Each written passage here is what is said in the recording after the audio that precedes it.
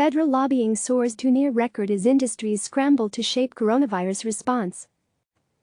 Federal lobbying spending soared to nearly $903 million during the first 3 months of the year, approaching record levels, as American businesses scramble to shape how the Trump administration and Congress respond to the coronavirus outbreak, a preliminary tally shows.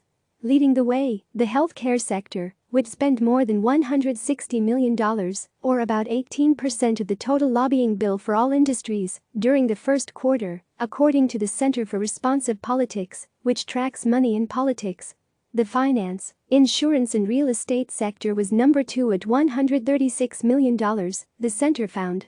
The lobbying surge relates to every industry and company in the country fighting for their lives and Washington turning on the spigot with almost unlimited money, said Dan Auble, a senior researcher at the center. Everyone is getting in on this lobbying boom. Congress already has approved trillions in taxpayer dollars to address the pandemic and its economic fallout, and negotiations have begun anew over another round of coronavirus relief legislation. Although President Donald Trump did not declare a coronavirus emergency until mid-March, the center's data underscore how quickly the response to the virus became the focal point of lobbying activity in the nation's capital. The House version of the CARES Act, one of the main economic stimulus vehicles, was the top target of lobbying efforts during the quarter.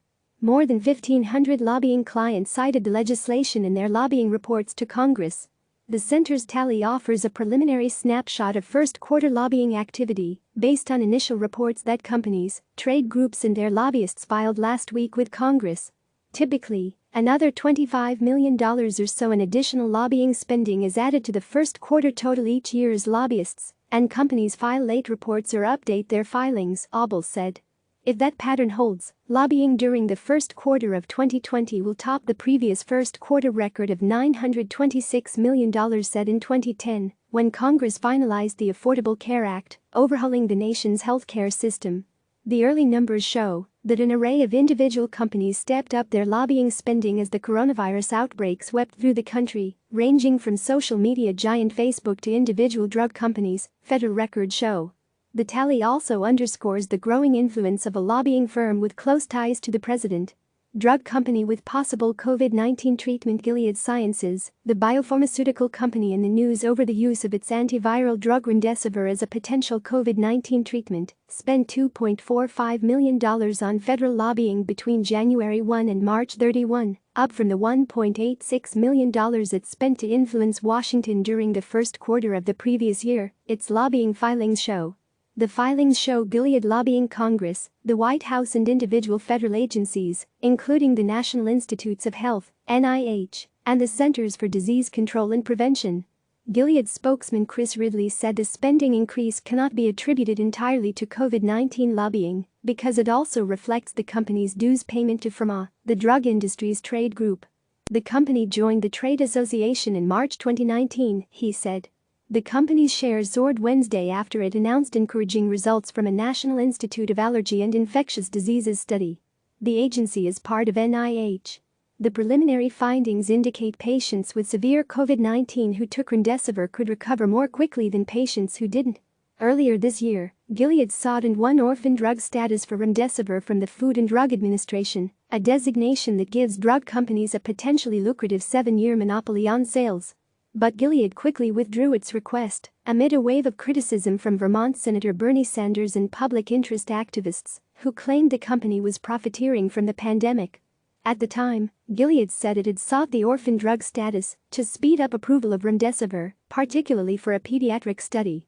The company said the special designation was no longer needed once regulators signaled they would expedite approvals. Facebook surge. Facebook has moved up the lobbying ladder to emerge as the 7th largest federal lobbying client in the first quarter, behind big trade associations such as the U.S. Chamber of Commerce and the American Hospital Association, and the giant Blue Cross Blue Shield insurance plans, according to the center's ranking. The social media behemoth spent a company record of $5.26 million on federal lobbying in the first quarter, up from $3.4 million during the first 3 months of 2019, its filings show. Lobbying issues ranged from the coronavirus response and election integrity to copyright laws and immigration policy. The company and its subsidiaries have rolled out new tools to address the outbreak and have faced additional scrutiny over how it handles misinformation about the virus on its platforms. A Facebook spokesman declined to comment on the lobbying activity.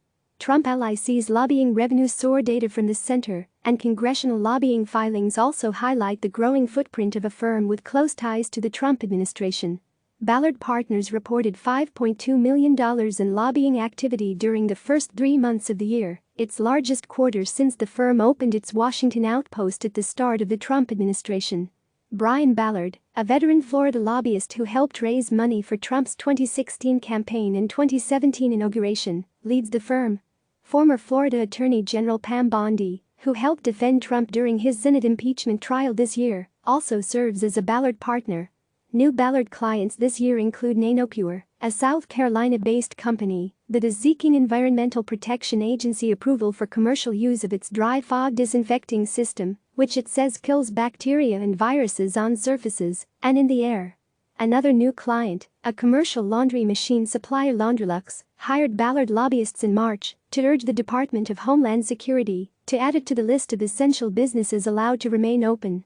Later that month, laundry services were added to the agency's updated list of industries that governors should consider exempting from stay-at-home orders.